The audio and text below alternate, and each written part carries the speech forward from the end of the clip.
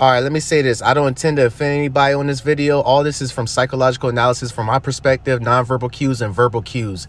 This could be completely wrong, but this is based off my researches right here. All right, so this is Donna from Soft White Underbelly. The creator is Mark. I'm going to tell you how Mark was manipulated by this woman right here. This is, again, from my perspective and from my psychological analysis. I'm going to play certain clips of this. I'm not going to play them in full because I don't want to get, copywritten right here, but this is for educational purposes right here and fair use. I woke up, I got the how long were you in a coma, and do you remember being kidnapped? All right, this is where I gained suspicion right here because she said that she was kidnapped and she said she was beaten. But she said when she woke up in the hospital, she said that the doctor was like, how long have you been in a coma?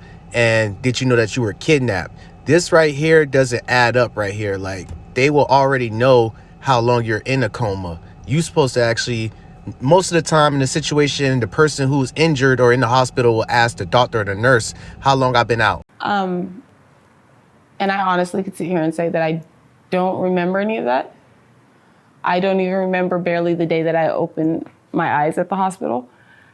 I asked the hospital what happened to me. Another verbal cue right here. I asked the hospital what happened to me. I asked the hospital what happened to me. Not know I asked the doctor, I asked the nurse, or I asked the detective. See, but again, this is from my perspective right here. I don't intend to harm anybody with this. And they said, you had a major accident, but be happy that you're still alive. You're a survivor. This whole part of the interview right here is what raised my suspicion. And then I came across this one coming up. I ask people all the time, like, what happened? And nobody seems to be able to tell me. When I asked the hospital, they said, we can't tell you due to HIPAA. From my understanding, HIPAA is like confidentiality. And it only stands for people if they're not the patient. So if I'm the patient, why can't you guys tell me? Why are you using HIPAA against me? All right, by Dr. Paul Ekman, the arms cross can be a defense mechanism from deception or from just downright uncomfortability on the subject that you're speaking on.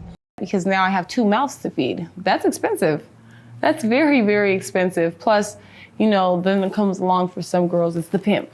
The reason why Mark was easily manipulated by this individual right here is because he has a soft spot for women who are escorting or who are prostituting for a pimp. That we have to take care of, including ourselves. We have bills, lights, gas, trash, heating, all that costs. Life is not free at all. And it's hard when you're only working the streets. We don't make too much, but what we do make, most of us put it towards our families.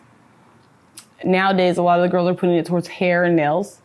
And from my perspective, I believe this is how Mark had got manipulated. She had portrayed that victim role. I'm not saying she's not a victim. I'm not saying that. I'm just saying that she had portrayed that victim role and he had received that. And once again, from the past interviews, seeing this pattern with Mark, he has a soft spot for young women who are in the streets and they have to answer to a pimp. So from my perspective, this is from my analysis right here. I could be completely off and everything.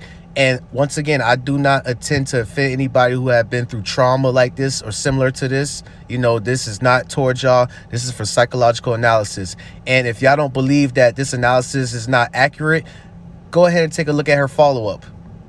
That's all I got to say. Till next time. Peace.